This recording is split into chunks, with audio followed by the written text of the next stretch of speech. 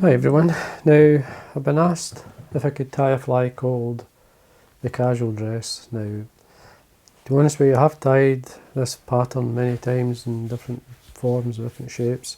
Obviously, I'm going to show you a couple of the ones I've tied. There's one here, big one. This is probably as close to the original one I tied many years ago. And it was to represent a large caddis that was coming off, which is great for caddis patterns. This one I tied for, what do you say, I could do for the damsel, but it was for the alder, which worked really well. This one was just a large cinnamon caddis that came off, and I had these in my box. And I fished it off a good sized dry fly, and this caught lots of fish for me. Now you've got to tie it in a light wired hook. This is a lure hook. It's lure hooks I've had for many years. Jeez, I can probably say the guts of 30 years I've had these. Because it was a light wire hook, I kept them purposely for this type of fly. This one here is tied with a single bit of Biot at the back, which was a bit of fun. There's another one here just to let you see. Basically what you do is you just put the dubbing on really loose, like the casual dress nymph. You're meant to actually use the same hair for the legs and the side as well, but I actually used some Partridge. Now you could have the plain one as well, just a normal one with the hackle tips. Like this is just Partridge. They're great flies. Tie them different sizes, and they'll catch you fish all the time. As I say, very good for caddis. The alder was one of the first. The original one I did tie, like this one here. It didn't have the Herl head, it just had this, just like that. The Herl head was added later, and mainly to do with the caddis fly, but in the smaller flies. But it was ostrich Herl, sorry, it was the original, but that's Peacock Herl. There's lots of ways you can tie it. I'm trying to think of the easiest way. I mean, when I tie flies, it's obviously I've got the stuff, but the simplest way to tie the fly, I'll do that for you. And as I say, you need a light wire hook. I'm just using a standard wire in this case. You could use a nymph hook to get a wee bit extra length. This is the full mill version. It's the all-purpose light bronze. It's a lovely wee hook. It's a great hook. Thread I'm going to be using. Yellow, 8O and Uni. Just going to run the wax through it first to get it started.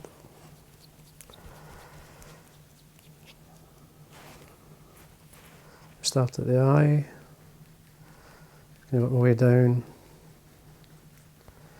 Now the single Biot, the reason it was a single Biot I used, because the alder has it's a wee breather's tube, it's a wee tube at the back. I thought it was a good way of doing it, but so is Hackle fibre. So if you haven't got, these are dyed brown olive, a very light brown olive. When I dye these, I just put a tiny bit of dye in. I use these a lot, and there's a buzzer pattern. That's why originally I did dye this, but it's a great colour for this tube at the back. So I'm just going to take a single one off, tie it on the top.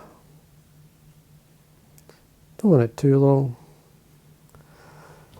Tie it. I mean, you can mix it. I mean, one trim, there's 2/3 of the body, just to give an idea.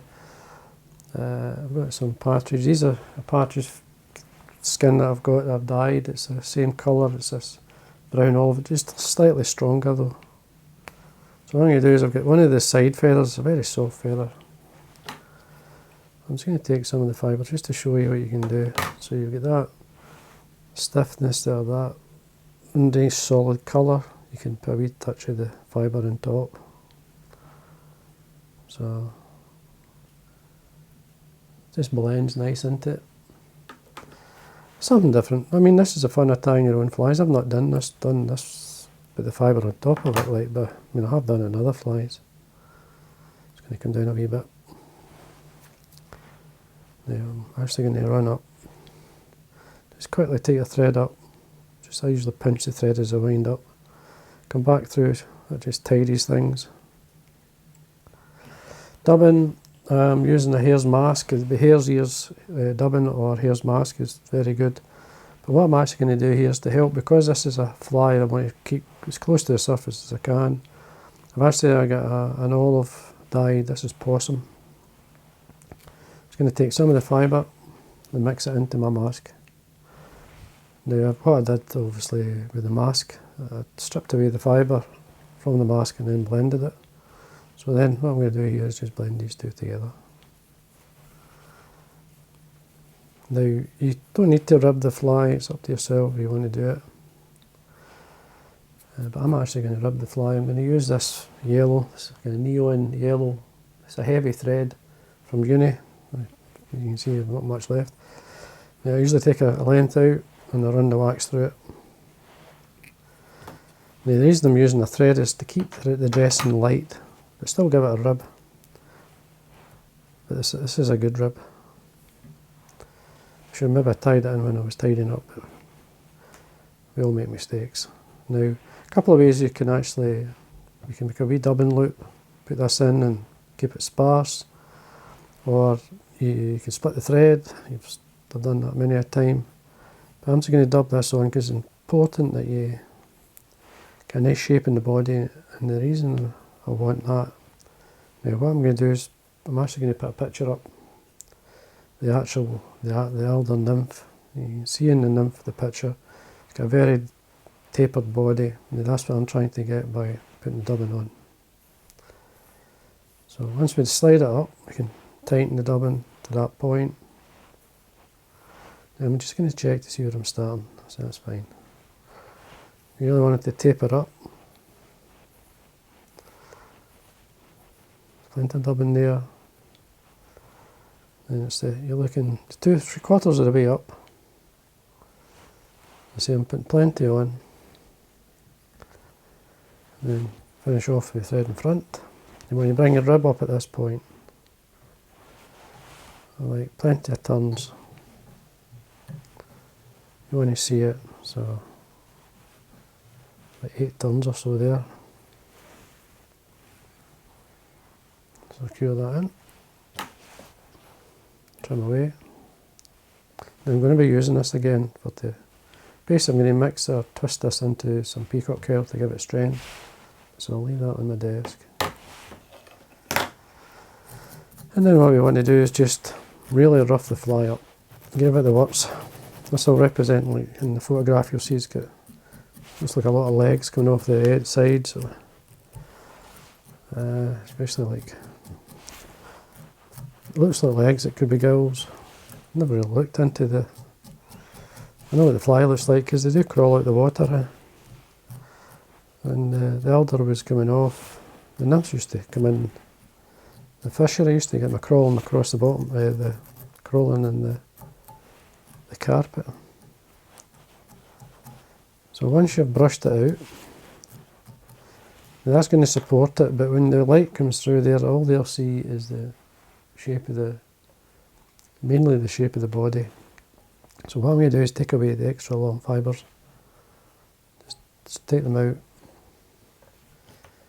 Make sure there's plenty on the sides. Just by brushing this up on the side helps. You can always reduce it when you're on the loch. And this is where you make the decision where you either wind a hackle on or put false fibre, you put fibres either side, or you have some more of the dubbing. It's up to yourself where you do that. I'm going to put a wee small hackle on, and I've got some of the smaller hackles. These are I've got off the skin, these are up at the neck area. You can either the light colour, slightly darker, get a nice marking through it. I'm basically looking for the size more than anything, quite short, don't want it too long. Because both will work. It's fine, so I'm just going to take away the fluff.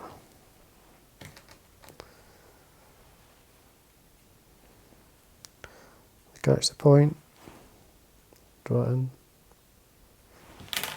trim.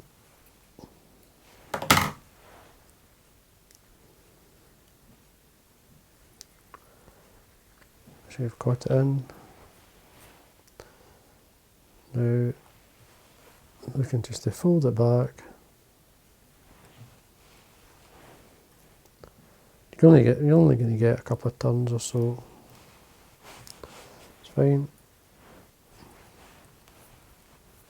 You don't want much more anyway. It's enough to give the impression of the legs. Just tidy this area up. Again, you could come in with the Velcro and encourage the legs to be on the side and underneath. You can always trim away. I don't know if you can see that, but you can trim away on the underside, but that, to me that's fine. Basically when I fish this, it's off the point. I fish it with dry fly in the dropper and this off the point, and when the nymphs coming off or when they're hatching, whether it be a normal Caddis or the Alder, to be honest with you, they'll come onto it like this would give a great impression of the shuck. Like, you've no idea, the fish will feed happily on the shucks as much as they will the nymphs. So it's amazing. But anyway, I've got a couple of ends here. I've got one here, I've got the rib I had used. I tie this back on.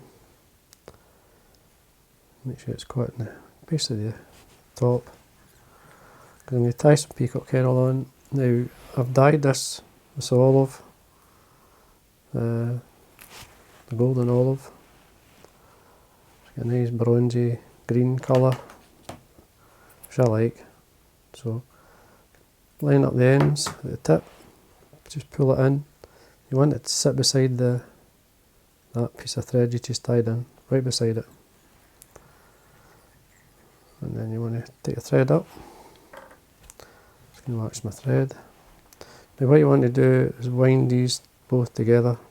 A couple of ways to do it. You could just twirl around about so they catch in, or you can use this wee electrical connector.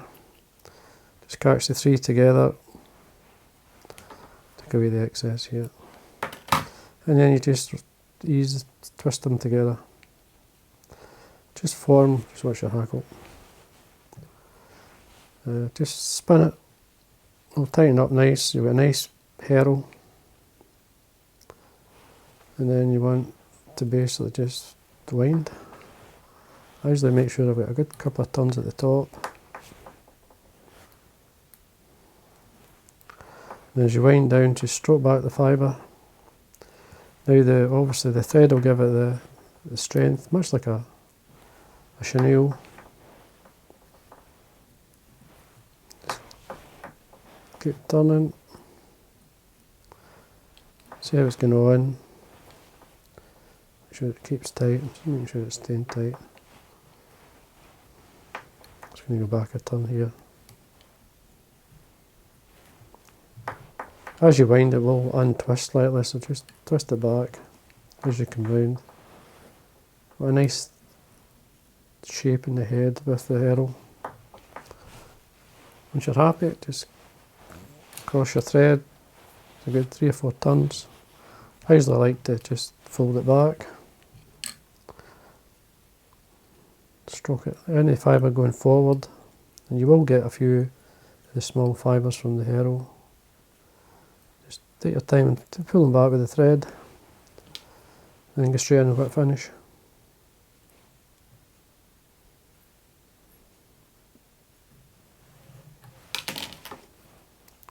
Trim away.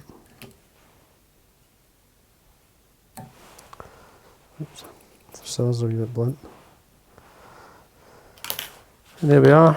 Now what I'm going to do here, you can see it's a bit flat. Add a wee bit of heat. Just bring out the herl.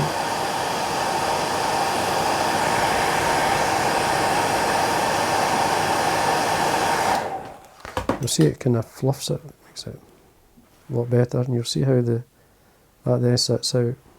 Now you can trim underneath if you want. The one I'm going to do have a couple of the fibres at the bottom here. So you get that nice flat profile.